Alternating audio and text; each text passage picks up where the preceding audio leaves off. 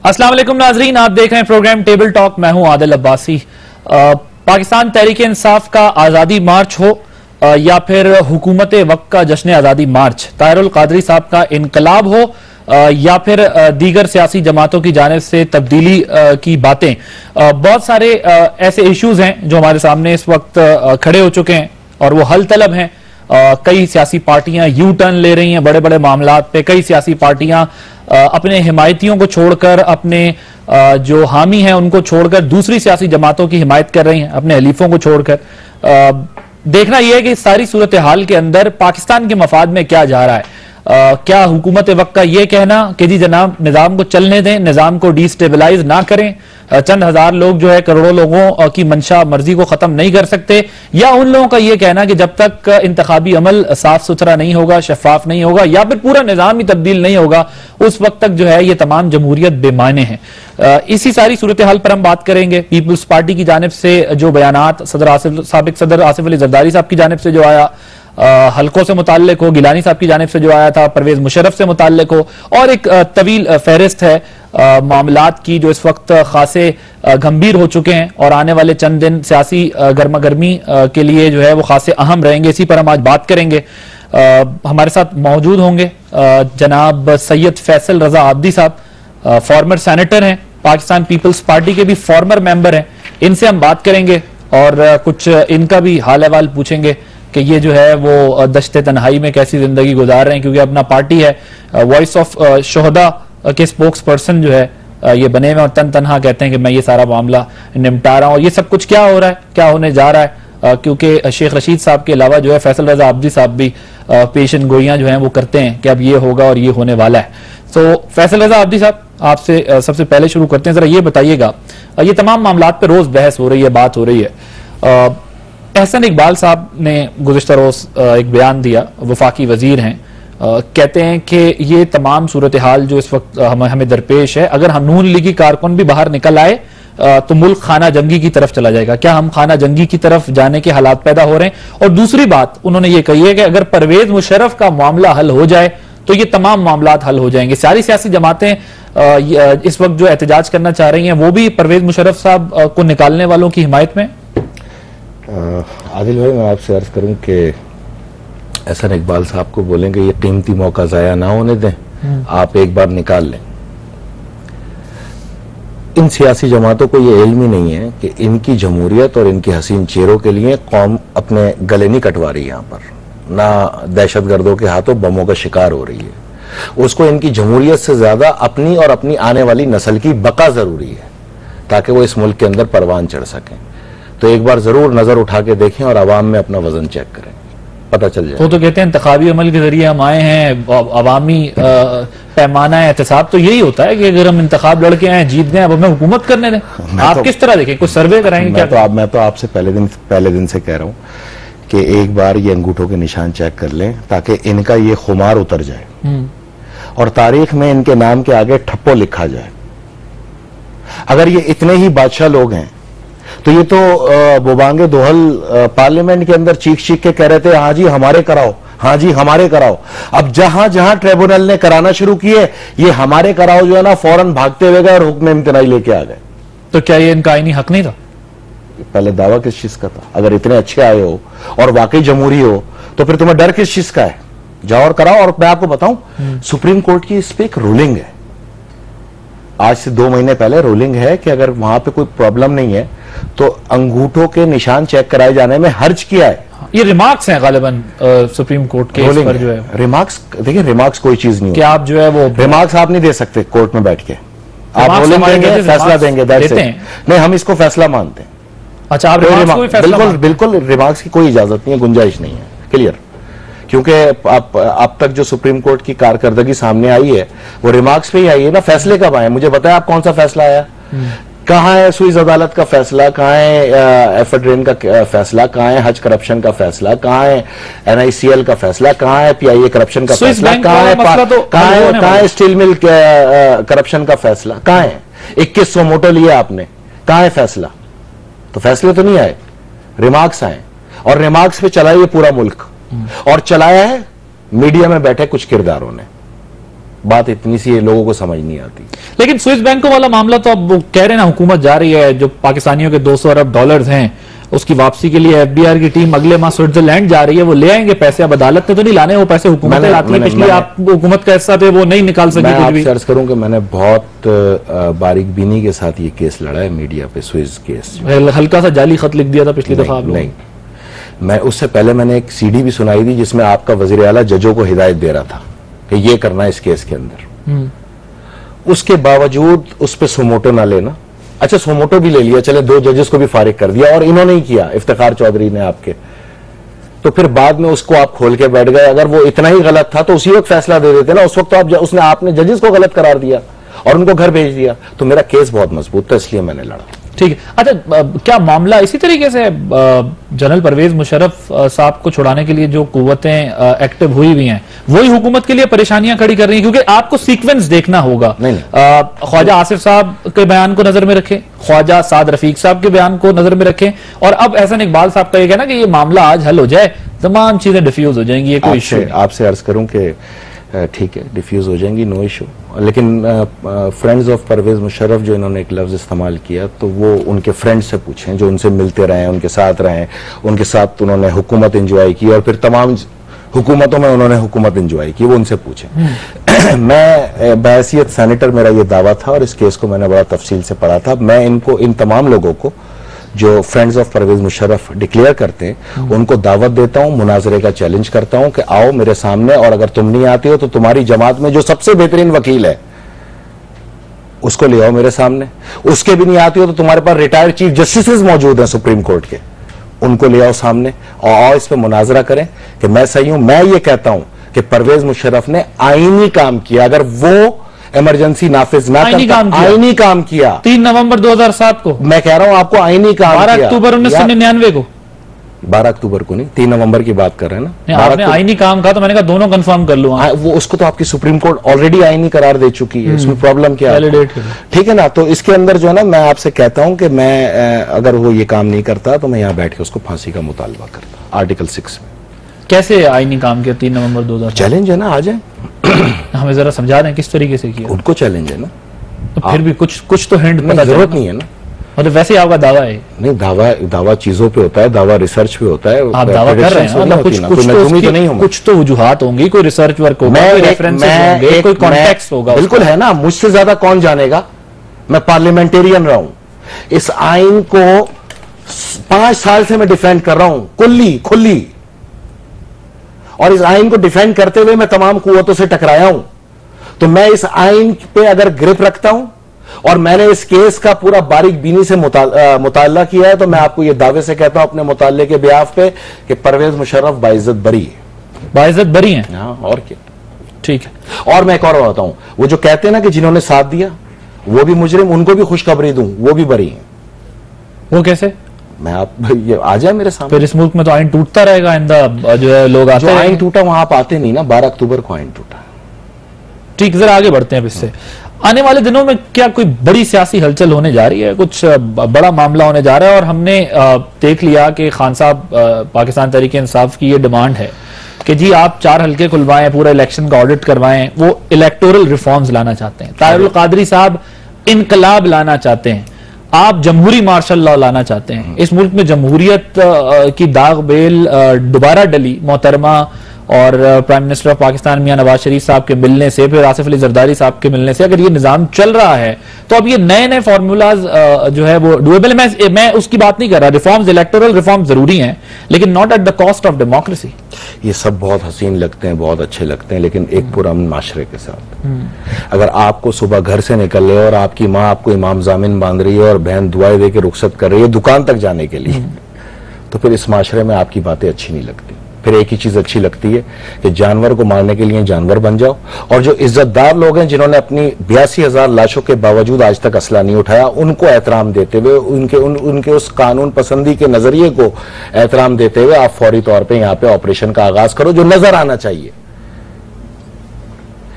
अब इस सारी सूरत हाल के अंदर अगर मैं ये मुतालबा कर रहा हूं तो मैं सूरत हाल को देख के कर रहा हूं। और मैं आपको एक और बात बताऊं, लोग अक्सर कहते हैं कि मार्शल्लाह के मुतालबे के बाद सियासत का खात्मा हो जाता है, तो मैं उनको ये बताऊं कि मैं सियासत का खात्मा करके और फिर इसका आगाज किया है। तो इसका मतलब यह है कि एक तबाहाल शख्स जिसके पास ना ताकत है, ना रियासत है, ना सिक्योरिटी है, ना कुछ, वो अगर सामने खड़ा हो गया है तो फिर मेरा नुकसान नहीं है, फिर जो टकराएगा उसी का नुकसान है। नहीं मतलब कैसे, अभी आप एक पार्टी के भी मेंबर, लेकिन आपने बड़ी कीमती बात की, वो बात रह गई कि 4 हलकों के अंदर जो है वो अंगूठों के निशान चेक कराने, तो उसकी तस्दीक होनी चाहिए कमेटी में। नहीं, आप कोई सोचने वाली बात है, कोई समझने वाली बात है। कराची में, सिंध में 10 हलके खुल गए और 10 के 10 हलकों में सामने आ गया कि 70% वोट जाली है, गैर तस्दीक शुदा। क्या कर लिया आप लोगों ने जो इस 4 पे कर लोगे? तहरीक इंसाफ पहले आवाम से ये वादा तो करे कि अगर ये 4 हलके गलत निकले तो उसके बाद एक दिन भी इनको यहां छोड़ना जो है ना वो अपने साथ और इस मुल्क के साथ ज्यादती होगी। नहीं, पाकिस्तान तहरीक इंसाफ का तो ये मुतालबा है, अगर 4 हुए तो फिर और खुलेंगे, आप छोड़े और खुलेंगे और खुलेंगे। 4 हलके अभी खुले नहीं, 1.5 साल गुजर गया, सुप्रीम कोर्ट की बेशुमार हेयरिंग्स हो गई इसके ऊपर है। आप 1.5 साल के अंदर 4 खोल ले तो और खुलेंगे, तो और खुलेंगे, तो 272 खुलते हुए तो यहां पे 47 साल गुजर जाएंगे, जिस तरह का आपका मुल्क इंसाफ देता है। ठीक है, आप नहीं होता। ठीक है, आपने अगर करना है तो नादरा के उस बयान पे नजर रखें कि हमारे पास वो एहलियत मौजूद है कि हम 7 दिन के अंदर पूरे पाकिस्तान के हलके जो है वो वेरीफाई करके दे सकते हैं। और इस दिन के अंदर मशीनरी मंगवाई गई है करोड़ों रुपए की, और वो करोड़ों रुपए की मशीनरी आ चुकी है।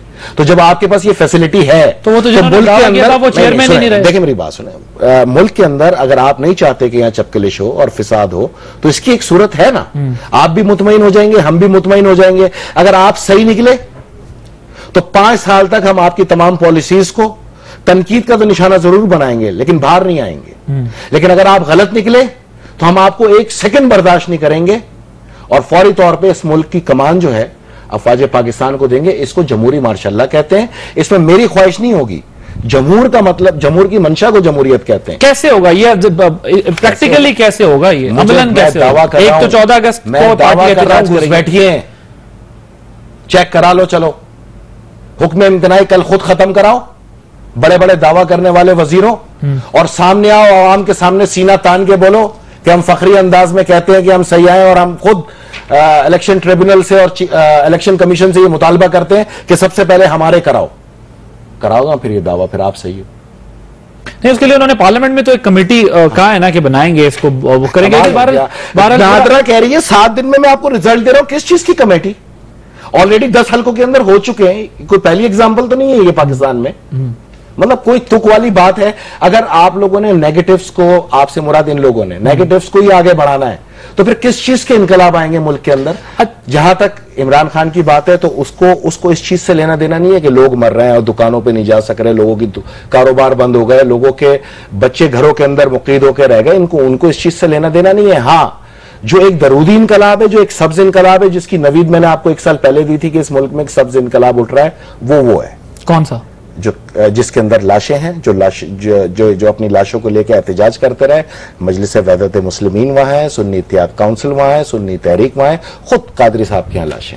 असल इनकलाब आप कह रहे हैं ये होगा? नहीं, वो उस सूरत में होगा कि वहां पे कोई बारूदी ना हो, एक भी। अगर वहां कोई बारूदी हुआ तो फिर ये सियासत हुई ना, फिर ये इनकलाब नहीं हुआ। तो अगर जिसने सियासत करनी है हम बता देंगे हम सियासत छोड़ चुके, और इनकलाब हुआ तो आप ये याद रखना कि जब तक उधर जो मसला है कि जब तक गिटार चलेगा पब्लिक चलेगी। किधर? इमरान की तरफ। अच्छा, तहरीक इंसाफ की तरफ। एक सियासी जमात है ना भाई। ठीक। तो जब तक पब्लिक बैठी रहेगी, लेकिन उधर जो है वो लाशें लेके पहले भी 7 दिन बैठे रहे इन्हीं सड़कों के ऊपर। कोई मसला नहीं है, हमें मरना है, हम मर रहे हैं। तो अगर हमें मरना है तो ये जो धमकियां दे रहा है ना वजीर आजम और वजीर आला, इसको ये बता दूं मैं कि हम वो लोग हैं जिनके घरों में लाशें और जिन पे जिंदगी अरसा हयात तंग हो चुका है। हमने तो मरना है, चलो आप हमें गोली मार लेना, हम आ रहे हैं, आप हमें मार लें आके, कोई मसला नहीं है। तो जब हमने मरना ही है तो अब हमने लड़के मरना है। हम लड़ेंगे कानूनी अंदाज में, पुरअमन एहतजाज के साथ, लेकिन ये सारा फैसला करेगी सुन्नी इत्तेहाद काउंसिल। हमने ये इख्तियार उसको दिया हुआ है, सुन्नी इत्तेहाद काउंसिल को, वॉइस ऑफ शौरा। ठीक है, तो उसकी कोई तारीख?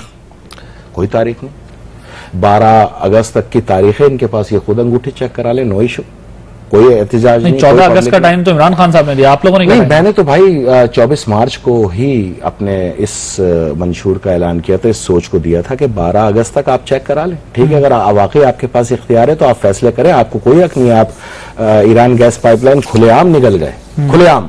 आपने गवादर मेगा ऑयल सिटी को जो है वो तबाह बर्बाद करके रख दिया, उसको सिर्फ अपना लोहा उतारने की बंदरगाह बनाने के चक्कर में आप, इस तरह नहीं होता।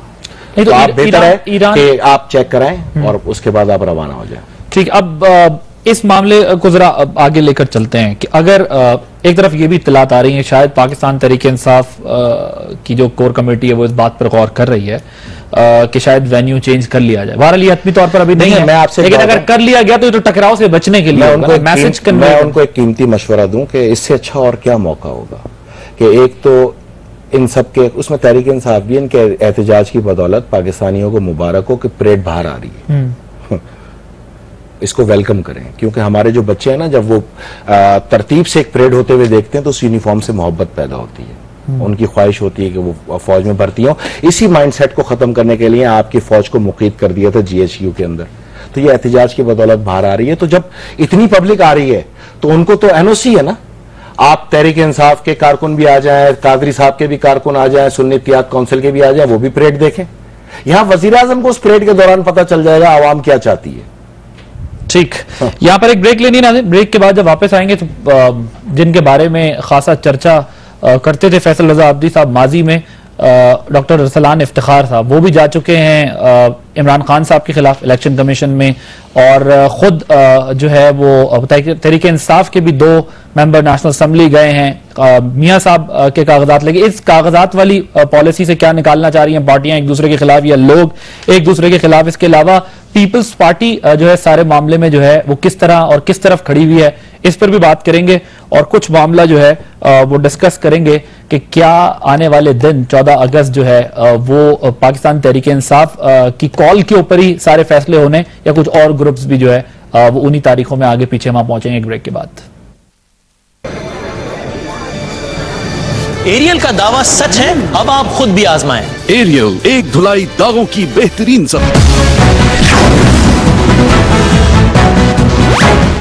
प्रोग्राम में खुशामदीद नाजरीन। फैसल रजा अब्दी साहब, जरा वक्त की कमी की वजह से मैं अब जो कुछ सवालात रहते हैं वो आपके सामने रखता हूँ, जरा मुख्तसरन अगर आप जवाब दे सके।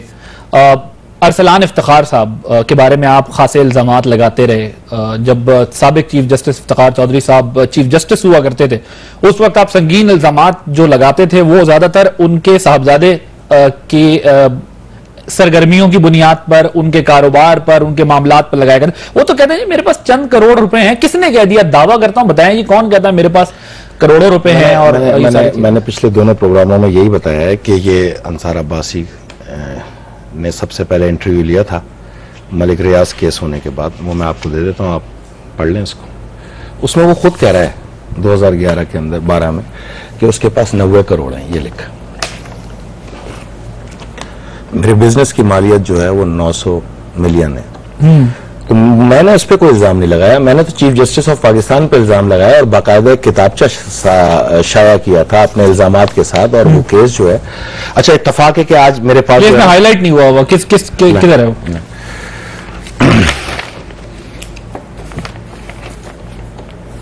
ठीक, जरा दिखाइए। ठीक है, अंसार अब्बासी साहब का कॉलम है 2000। अच्छा, 900 मिलियन रुपए हैं और 400 मुलाजमीन है। मेरे 2011 में 2 मिलियन। हाँ, 400 मुलाजमीन है। हाँ। अच्छा, 400 मुलाजमीन में मुझे ये चीज बड़ी परेशान की कि ऑफिस तो है नहीं पूरे पाकिस्तान के अंदर, तो चीफ जस्टिस हाउस पाकिस्तान जो है वो उनके ऑफिस का एड्रेस है, और 400 मुलाजमीन मुझे नहीं पता किस ऑफिस में थे। बात यह है कि उसके बाद मैंने एक इन्वेस्टिगेशन इनके वालिद ने, मतलब चीफ जस्टिस ने मेरे पे लॉन्च की FIA की, और इत्तफाक है कि ये आज मेरे हाथ में ये मौजूद है कि इसमें पहला सवाल उनका ये था कि आपने टॉक शो और प्रेस कॉन्फ्रेंस में चीफ जस्टिस ऑफ पाकिस्तान और अदलिया के खिलाफ मुतासिब रवैया इख्तियार किया जो आईन पाकिस्तान की सरहद खिलाफ वर्जी है। ये मेरा बयान हलफी है, इसको मैं कोशिश करूंगा कि अपनी वेबसाइट के ऊपर डाल दूं, इसमें उनके सवालात भी मौजूद हैं। बात यह है कि इसके बाद मैंने दूसरी प्रेस कॉन्फ्रेंस करनी थी, एक पहली प्रेस कॉन्फ्रेंस के बाद जो मैंने पिंडी में करनी थी, और उसी वक्त मुझ पर पाबंदी आयद की गई क्योंकि उसमें 4 सबूत और थे। ये वो दूसरी किताब है, पार्ट 2 है ये। मैंने 100 इल्जामात आयद करने का और उसके सबूत फराहम करने का इस आवाम से वादा किया था। बात यह है कि मेरा, लेकिन ये तो अब अंसार अब्बासी साहब बता सकते हैं जिन्होंने इंटरव्यू किया है, या वो खुद कह रहे हैं, अरसलान इफ्तिखार साहब वो कह रहे हैं कि जी मेरे पास करोड़ों रुपए नहीं है। साहब की बात पे आप क्यों, जब चीफ जस्टिस इतना यकीन करते हैं कि सुबह शाम सुमोटो लेते थे, तो आप भी यकीन करते थे, उन सोमोटो के ऊपर प्रोग्राम्स किया करते थे। तो जब इतनी बात पे वो आप यकीन रखते हैं तो इस पे भी कर लेना, आपको मसला क्या है? या तो अंसार अब्बासी साहब बाहर आके बता दें। मेरा प्रॉब्लम वहां से शुरू हुआ जब इनके साहिबजादे ने, इफ्तिखार चौधरी के साहिबजादे पे लगाए गए इल्जाम मेरे पे दुरुस्त नहीं है, और मैं मलिक रियाज की किसी खानदान के फर्ज से नहीं मिला। मलिक रियाज केस एक डिफरेंट चीज थी, लेकिन मैं अपना एक केस लेके चल रहा था। मुझे उस वक्त शदीद हैरानगी का सामना करना पड़ा जब इफ्तिखार मोहम्मद चौधरी ने कहा, केस से अलग होते हुए, दौरान समात कुर्सी पे बैठ के 2 जजेस की मौजूदगी में, दर्जनों सहाफियों की मौजूदगी में, कि भाई मैं तो किसी से भी नहीं मिला, ना मैं किसी को जानता हूं। यहां तक कि मुझे अरसलान इफ्तिखार के कारोबारी मामलात का, सफरी मामलात का, और वो किससे मिलता है इसका मुझे कतन कोई इल्म नहीं। हाँ, उन्होंने बल्कि इज़हार लाताल्लुकी भी किया। अगर ये दूसरी किताब आ जाती मार्केट के अंदर इल्जामात की, तो इसके अंदर वो सबूत मैंने लगाए में, और अंसार अब्बासी का ये बयान हलफी भी इसी के अंदर मौजूद है। उसके अलावा इफ्तिखार चौधरी के बयानात मौजूद हैं इससे अलहदगी करते हुए केस को, और अरसलान इफ्तिखार का है कि वाज़ेह इसके अंदर स्टेटमेंट मौजूद है कि वो ये कहता है कि खानदान के फर्ज से नहीं मिला। मेरी दौर के अंदर वो बहुत प्रॉपर थी, और मैंने ये दावा किया था उस वक्त कि मलिक रियाज से जो मामला तय हुए हैं उसके खानदान के फर्ज से किए, और खुद इफ्तिखार मोहम्मद चौधरी चीफ जस्टिस ने किस फर्ज से किए? इफ्तिखार चौधरी से, उनके भाई से किए, मलिक रियाज साहब के? मलिक रियाज के भाई से किए, सगे भाई से, शाहिद हुसैन मलिक से, यूके में। तो ये चीज मेरा दावा था उस दौर के अंदर, और मैं अपने दावे को सही साबित करने के लिए आपके सामने, पहले तो अरसलान इफ्तिखार जो कहता है कि मैं उसके किसी घर के फर्ज से नहीं मिला, अहमद खलील के जरिए रास्ता था, तो ये अरसलान इफ्तिखार और मलिक रियाज का भाई बैठा हुआ है फोटो में। ये अरसलान इफ्तिखार साहब बैठे हुए, और ये इनके साथ जो साहब बैठे हुए, ये मलिक रियाज का भाई है, छोटा भाई है। ये मलिक रियाज साहब के छोटे भाई? छोटा भाई। तो ये इनके साथ बैठे हुए, तो इससे क्या साबित हो रहा है? मतलब ये तो कहते हैं मैं तो मिला ही नहीं, किसी से जानता ही नहीं, ये कह रहे हैं। इनके वालिद साहब भी ये कह रहे हैं, ये इन्होंने कहा था। और इनके वालिद साहब ने तो दौरान समात का चीफ जस्टिस ऑफ पाकिस्तान ने, साफ दिखाई दे रहा है। ठीक है, ठीक है, ठीक है। और आपके पास क्या चीज? ये अब चीफ जस्टिस साहब बैठे हुए हैं उनके भाई के साथ, चीफ जस्टिस ऑफ पाकिस्तान साबिक बैठे हुए हैं, दिखाए, मलिक रियाज साहब के भाई के साथ। हाँ, और ये दोस्ताना अंदाज में बैठे हुए हैं, तो नहीं है? ये दोस्ताना अंदाज में बैठे हुए हैं। कोई ये मतलब कारीगरी तो नहीं की एडोब फोटोशॉप पे भी? यार मैं तो आपके सामने पाकिस्तान से भागा थोड़ी हूं, यहाँ बैठा हूं, जब चाहे बुला लेना। और ये तो पटारे का पहला सबूत है। मैं इन सियासतदानों को बता दूं कि सियासी जंग लड़ते रहे तो बेहतर है। दूसरी जंग अगर खोली ना तो पाकिस्तान के अंदर इतनी खतरनाक जंग का आगाज होगा, किसी के पर्सनल्स में जाने के बजाय सियासत ही करें। मतलब आप इस तस्वीर की बुनियाद पर ये कहना चाह रहे हैं कि नहीं सुने, ये आपने देख ली, ये आपने देख ली, नहीं हो रहा, ये आपने देख ली। भाई वो कह रहा है मैं मिला ही नहीं, मैं जानता ही। ये बात ठीक है, चीफ जस्टिस का हलफिया बयान है अदालत में। उन्होंने ये कहा था कि मेरा कोई मतलब आपके घर के ऊपर चीफ जस्टिस हाउस के ऊपर कंपनी ऑपरेट हो रही है, आपका बेटा ग्रेटेस्ट पासपोर्ट इस्तेमाल कर रहा है, आपका बेटा जो है वो पीआईए की टिकट अपग्रेडेशन करा रहा है family of chief justice of Pakistan mention करके। आप कह रहे हो कि मैं उसके किसी दोस्त से मिला ही नहीं, तो ये ले, ये फिर एक और मुलाकात की तस्वीर जी। ये भी एक दोस्ताना अंदाज है भाई है, दोस्ताना अंदाज है। ये रास्ता चलते हुए मिलने की तस्वीरें नहीं है, कंधे पे हाथ रख के तस्वीरें खिंचवाना, ये कोई बहुत ही गहरी दोस्ती है। ये रिटायरमेंट की बात की तो नहीं? कमाल हो गया।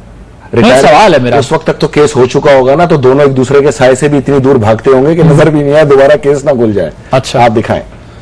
ये तस्वीर है नाज़रीन, फैसल रजा आब्दी साहब के पास। कहते हैं कि ये इफ्तिखार चौधरी साहब जो इनकार करते थे कि दौरान रियाज साहब से उनका कोई ताल्लुक नहीं है, उनके भाई के साथ जो है, ये उनकी तस्वीर है। लेकिन इस तस्वीर की मैंने किताब में लगाया है मेरे भाई, ये तो सारे सबूत प्रोवाइड किए मैंने इसमें। ये कोई मैं आज थोड़ी दिखा रहा हूं, ये तो आप लोग को दिखाने चाहिए थे, मुझ पर पाबंदी आयद की। ये तो मैं उस वक्त जब इफ्तिखार चौधरी पे मैंने केस किया है तो ऑलरेडी मेंशन है इसके अंदर हर चीज। ये लीजिए, ये एक और मैंने ड्रेसिंग चेंज करके आपको तस्वीरें दी हैं कि आप ये ना समझना कि एक ही दिन में। ठीक, बिल्कुल सही है, ये तस्वीरें हमने देख ली, यानी कि 2 मुलाकात है तो ये कंफर्म है। तो मतलब अगर इतना झूठ हो खुला, इतना तजाद हो, और फिर आप बोलोगे मैं किसी इंसाफ की दहलीज के ऊपर इंसाफ मांगने जाऊं। एक ऐसा केस जो सुप्रीम जुडिशियल काउंसिल में मौजूद है, हुकूमत पाकिस्तान इंसाफ ना दे, मुझे पार्लियामेंट इंसाफ ना दे। पार्लियामेंट ने वादा किया था रिपोर्ट टेबल करने का, मेरे तमाम इल्जामात जो मैंने आयद किए वो बाकायदा कंप्लेन की सूरत के अंदर FIA को दिए, FIA ने उस पर इन्वेस्टिगेशन करके वजीर दाखिला को दिए। वजीर दाखिला ने चेयरमैन सेनेट से वादा किया, चेयरमैन सेनेट और पूरे हॉल ने मुझसे वादा किया कि वो रिपोर्ट टेबल करेंगे। अगर मैं अब भी झूठ बोल रहा हूं तो आप रिपोर्ट टेबल कराए ना, उसके अंदर सब लिखा हुआ है कि कौन सही और कौन गलत। लेकिन आप मुझे जेल भेजे, सेनेट में आप थे, आप सेनेट में नहीं सुनी थी आपकी ये बात? तो फिर मैं इनके बेटे का शुक्रिया अदा करूंगा, मेरा केस जिंदा कर दिया वापस आके टेलीविजन पे। और क्या इन्होंने खुद एक टेलीविजन प्रोग्राम में गवाही दी है कि मेरे वालिद ने लोन लेके मेरी शादी की है, तो यही मेरा गवाह है, घर का फर्द ही मेरा गवाह है। अब सुप्रीम जुडिशियल काउंसिल या तो मेरे केस का फैसला करे। तो तस्वीर आप दिखा रहे हैं या ये नहीं तो जमहूरी मार्शल्लाह, जमहूरी मार्शल्लाह किस तरह लगेगा? तस्वीरें दिखा रहे हैं, क्या करें? मैं ये आपसे कह रहा हूं कि ये जो तस्वीरें आप दिखा रहे हैं, अब तो ये अरसलान इफ्तिखार साहब बता सकते हैं, इफ्तिखार चौधरी साहब बता सकते हैं कि ये तस्वीरें असली हैं या फोटोशॉप। इफ्तिखार चौधरी को आप बुलाएं, अब तो वो बाहर आके लोगों के खिलाफ हितक इज्जत के दावे दायर करने की बातें कर रहे हैं ना, बाहर आ रहे हैं, अब तो वो एक सियासी बयानात दे रहे हैं, उनका सियासत में आने का इरादा भी है और वो आएंगे भी। उनको बुलाएं, उनसे पूछे कि इसको डिनाई करें। ये जरा कोशिश कीजिएगा, ट्राई करें, अगर अरसलान इफ्तिखार साहब को कॉल मिलाएं, उनसे बात करने की कोशिश करें, क्योंकि जो तस्वीर फैसल रजा अब्दी साहब दिखा रहे हैं इससे मुताल्लिक अब उनका क्या मौकिफ है, अगर वो तस्दीक करते हैं, अगर अरसलान इफ्तिखार साहब हमें टेलीफोन लाइन पर आप इफ्तिखार चौधरी को लेना। इफ्तिखार चौधरी साहब तो इस वक्त शायद दस्तयाब ना हो। क्यों आपसे पता है कि वो दस्तयाब नहीं होंगे? नहीं, वो उनका नंबर जो है वो शायद अभी तक किसी मीडिया हाउस में वो अपेयर नहीं हुए, तो इस वजह से शायद ना हो, इसलिए हम चाह रहे थे कि अरसलान इफ्तिखार साहब को मिलाएं जी, अगर पता करते हैं कि और ये भी ना हो ना तो ये भी ना हो ना तो एक तो मेहरबानी करें ना, सबसे पहले कि आप ये तकाजा करें ना कि वो रिपोर्ट टेबल करो, इन्वेस्टिगेशन रिपोर्ट। दूध का दूध पानी का पानी है ना, फिर प्रॉब्लम क्या है उसके अंदर? मैंने जितने इल्जाम लगाए उसी पे तो इन्वेस्टिगेशन हुई है। आप ये क्यों नहीं कहते कि रिपोर्ट टेबल करें? कोशिश करें, ट्राई करें, अगर फोन मिलता है जरा उनसे पूछते हैं, क्योंकि जो तस्वीर ये दिखा रहे हैं उसमें अरसलान इफ्तिखार साहब जो है वो बैठे हुए हैं मलिक रियाज साहब के भाई के साथ, और इफ्तिखार चौधरी साहब की भी वो तस्वीर है। लेकिन इन तस्वीर के ऑथेंटिक होने के बारे में फैसल रजा अब्दी साहब भी बेहतर तौर पे बता सकते हैं कि जो तस्वीर इनके पास हैं ये बिल्कुल किसी भी किस्म की डॉक्टर या एडिटिंग या किसी भी किस्म का एडॉप का इस पे काम नहीं हुआ हुआ। ये ओरिजिनल पिक्चर है। मैं जरा सर मैं जरा क्लियर कर, सेनेट ऑफ पाकिस्तान से तकाजा करें ना, सेनेट ऑफ पाकिस्तान से तकाजा आपको भी करना चाहिए था, आप करते भी रहे और आपकी सुनी नहीं गई वहां पर एज सेनेटर। बाकी मीडिया के फोरम से भी हम ये तकाजा करते हैं, जाहिर है कि जो रिपोर्ट स्टेबल होनी चाहिए थी, जिनमें वो रेफरेंसेज है चाहिए, आपको चाहिए लेकिन कि ये असली है या नहीं। ठीक है, अच्छा आप जरा ये बताइएगा, आगे बढ़ते हैं इस मामले से मुताल्लिक हम देखते हैं। एक दावा और भी है कि इफ्तिखार चौधरी अपने बेटे की तरक्की के लिए सेक्रेटरी एस्टेब्लिशमेंट को खुद फोन करके दबाव डाला करते थे। ये कैसे आप साबित करें? मैंने अपने केस में उसके सबूत प्रोवाइड किए हैं, आप वो किताब पढ़िए गौर से। और मैं आपको ये बताऊं कि मैं चाहता हूं कि वो इसको भी डिनाई करें। तो आपके पास कोई जाहिर सी बात है, ये किधर से आता है? नहीं, ये आपको पाकिस्तान के अंदर हर चीज मैसर है, ये तमाम चीजें अखबारात, ऑडियो रिकॉर्डिंग वाला मामला थोड़ा सा पता नहीं। ऑडियो मैंने तो नहीं कहा कि ऑडियो है, क्या है? बस छोड़े ना, मैं आपको वो प्रोवाइड करूंगा कि वो चीज ऑथेंटिक है और वो उस चीज के अंदर कोई जो है वो डुप्लीकेशन नहीं हो सकती, तो इन रिटर्न है ना। ठीक नाज़रीन, अरसलान इफ्तिखार साहब से जो है वो राब्ता करने की कोशिश की गई है। वो ये कह रहे हैं कि मैं इस वक्त किसी जगह पर हूं और इस वक्त जो है वो कोई कमेंट नहीं करना चाह रहा। मैंने ये कोशिश इसलिए की है क्योंकि जाहिर है कि फैसल रजा अब्दी साहब तस्वीर उनके पास एविडेंस है, तस्वीर हैं कुछ, जिससे ये पता चलता है कि मलिक रियाज साहब के भाई के साथ वो बैठे हैं। वो कहते हैं मैं कभी किसी से इस तरह मेरी मुलाकातें नहीं रही, मैं नहीं मिला। मैंने कोशिश की है कि बैलेंस अकाउंट हो, दोनों तरफ से बात सामने आए, वो भी हमें बता दें कि मुलाकात हुई नहीं। लेकिन अरसलान इफ्तिखार साहब इस वक्त जो है वो अपनी कुछ मसरूफियत के बायस जो है वो बात नहीं करना चाह रहे हैं, सामने नहीं आ रहे। आ जाते तो अच्छा होता, बता देते कि इन तस्वीरों की हकीकत जो है वो क्या है। लेकिन फैसल साहब ये कहते हैं कि ये बिल्कुल दुरुस्त तस्वीर है। सर जरा आगे बढ़ते हैं, इस मामले पे हमने उनको भी कोशिश की कि उनका मौक़िफ़ आ जाए, लेकिन जाहिर है कि वो उनका इस्तेहकाक है कि वो इस वक्त बात करें या ना करें। आसिफ अली जरदारी साहब ने ज़ेरे लब कुछ प्राइम मिनिस्टर ऑफ पाकिस्तान को समझाने की कोशिश की है कि ये 4 हल्के क्या 40 भी हैं तो आप खुलवा दें ताकि मामला गंभीर ना हो जाए, क्योंकि आपकी कुर्बत भी रही है, आपको उनके मिजाज का अंदाजा होगा, उनकी सियासत को आप बखूबी समझते होंगे। मैं ये समझता हूं कि पीपल्स पार्टी को मेरा मशवरा है कि अगर ये जो ये तहरीक है ये वक़्फ़ पजीर नहीं हो सकी तो ऑफ कोर्स के अगला सेनेट आएगा। सेनेट में जैसी अक्सरियत लेंगे ना वो, उसके बाद आप ये सारे पीपल्स पार्टी के और पीएमएलएन के जो मोहब्बत वाले बयान आते हैं संभाल के रखें, उस दिन आपको बहुत काम आएंगे। क्यों? मियां साहब असल चेहरा उसी दिन से शुरू होगा। किस दिन से? जिस दिन सेनेट में अक्सरियत आ जाएगी पीएमएलएन की। तो आपका ख्याल है पीपल्स पार्टी से मियां साहब खेल रहे हैं? देखिए, सियासत तो है ही एक खेल, कोई किसी से भी खेले। माजी में इन्होंने भी खेला? माजी में मेरे ख्याल में ऐसा खेल नहीं हुआ, क्योंकि ये मुफाहमत की सियासत है। माजी में ऐसे खेल कब हुए? मुफाहमत की सियासत। माजी में ऐसे खेल कब हुए? आप मुझे बता दें। गवर्नर राज नहीं लगाया पंजाब? गवर्नर राज उस वक्त की जरूरत थी। उस वक्त की जरूरत थी, बिल्कुल ठीक। और लगा रहना चाहिए, उसके बाद जो और लगा रहना चाहिए था। उसके बाद जो फॉरवर्ड ब्लॉक और उसके बाद फॉरवर्ड ब्लॉक के ऊपर मैं बात नहीं करूंगा। मैं ये बात करूंगा कि जिस तरह दहशतगर्दों को अमान दी गई, जिस तरह खुल के तालिबान के साथ अपनी सोच को यकजा करके पेश किया गया, जिस तरह कालादम दहशतगर्दों को माली सपोर्ट जेल के अंदर प्रोवाइड की जाती रही अदालतों के हुक्म पे, और अदालतों की किस तरह वहां से रिलीज हुए दहशतगर्द, और वो भी तमाम एक मकतब पे फिक्र चीज है। अब मुस्तकबिल में क्या होगा? पीपल्स पार्टी के तो ये बयान है मुल्क में जमहूरी निजाम चलते रहना चाहिए, किसी को 5 जुलाई 1977 रिपीट नहीं करने देंगे। आप जिस जमहूरी मार्शल लॉ को लाने की बात कर रहे हैं, आगे पीपल्स पार्टी खड़ी हो गई। चलते रहना चाहिए। तो अब तमाम जमातों के स्टांस चेंज हो रहे हैं ना, सब इनको समझा रहे हैं कि आप खुलवा लो, चेक करा लो, हल्के कोई मसला नहीं है, चलता रहेगा। लेकिन कहीं निजाम में या आइन के अंदर ये नहीं लिखा कि घुसपैठियों को हम अपना वजीर आजम बना लें, ये हम नहीं कर सकते। ये प्रॉब्लम, ठीक है। अच्छा, अब जरा ये बताइएगा कि अगर 14 अगस्त को मान तहरीक इंसाफ का एहतजाज, यहां लाखों लोग जमा हो जाते हैं, पीछे से ताहिरुल कादरी साहब भी आ जाते हैं, तो आप क्या देख रहे हैं? क्या कोई मामला फहमी से काम लिया जाएगा या फिर दमादम मस्कल अंदर होगा? देखें, कहीं पर भी किसी ने कोई तशद्दुद की तो सियासत नहीं की ना, एहतजाज तो सब करते रहेंगे। पुरअमन एहतजाज को आप तो ही रोक सकते हैं ना। और अंगूठों के निशान चेक कराने के लिए तमाम सियासी जमातें एहतजाज कर चुकी हैं और धरने दे चुकी हैं, बशमूल पीपल्स पार्टी। ऐसे ही है ना। तो जो काम आप खुद कर चुके हैं, वो किसी को कैसे करने से रोकेंगे आप? मैं इन सबको ये कह रहा हूं कि किसी निजाम को आपने जब नहीं मानना, तो उसके लिए एक मजबूत दलील होती है, और वो दलील ही अंगूठा है, जो ये साबित करेगा कि ये वाकई अवाम के इलेक्टेड लोग नहीं है, इनको कोई हक नहीं है। लेकिन मैं ये समझता हूं अपनी जात की हद तक कि इस वक्त आगे इलेक्शंस में जाने के बजाय अफवाज को ऐसी कमांड दी जाए जिस तरह शुमाली वजीरिस्तान में दिए, ताकि वो पूरे पाकिस्तान के अंदर, इस सिस्टम के अंदर से उन तमाम दहशतगर्दों को निकाले और कानून की हाकमियत कायम करे। ये उसी सूरत में मुमकिन होगा जब वर्दी को आप इज्जत देंगे। आप वर्दी के साथ खिलवाड़ करेंगे, कभी जियो के पीछे खड़े होकर, कभी अदालत के पीछे खड़े होकर, और आप आज भी लड़ें।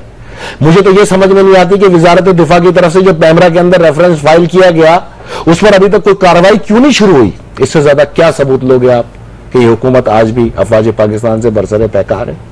ऐसी सूरत के अंदर मुझ पर यह फर्ज है कि मैं अफवाज पाकिस्तान को पूरी तवज्जो के साथ अवाम में पजीराई लाता रहूं, ताकि अवाम की एक ताकत को अफवाज अपने साथ महसूस करे और इन दहशतगर्दों से निपटे, जो उसकी ड्यूटी है। ठीक, बहुत शुक्रिया फैसल रजा आब्दी साहब। नाज़रीन, आपने गुफ्तगू सुनी, प्रोग्राम आपने देखा। हमने कोशिश की कि जो इश्यूज इस वक्त हैं उससे मुताल्लिक फैसल रजा आब्दी साहब की राय जानते हैं, क्या है वही अपने जमहूरी मार्शल लॉ पर कायम है, और उनका ख्याल ये है कि ये जमहूरी मार्शल लॉ आएगा तो इस मुल्क का निज़ाम आगे बढ़ेगा। लेकिन देखना यह है कि 14 अगस्त से पहले अगर मामलात को हल कर लिया जाता है तो शायद जो है वो इस किस्म की नौबत ना आए। अगर नहीं हल किया गया तो फिर जाहिर है जिसका जहां जोर चलेगा वो अपना वहां जोर चलाएगा। आदिल अब्बासी को इजाजत दीजिए, अल्लाह हाफिज।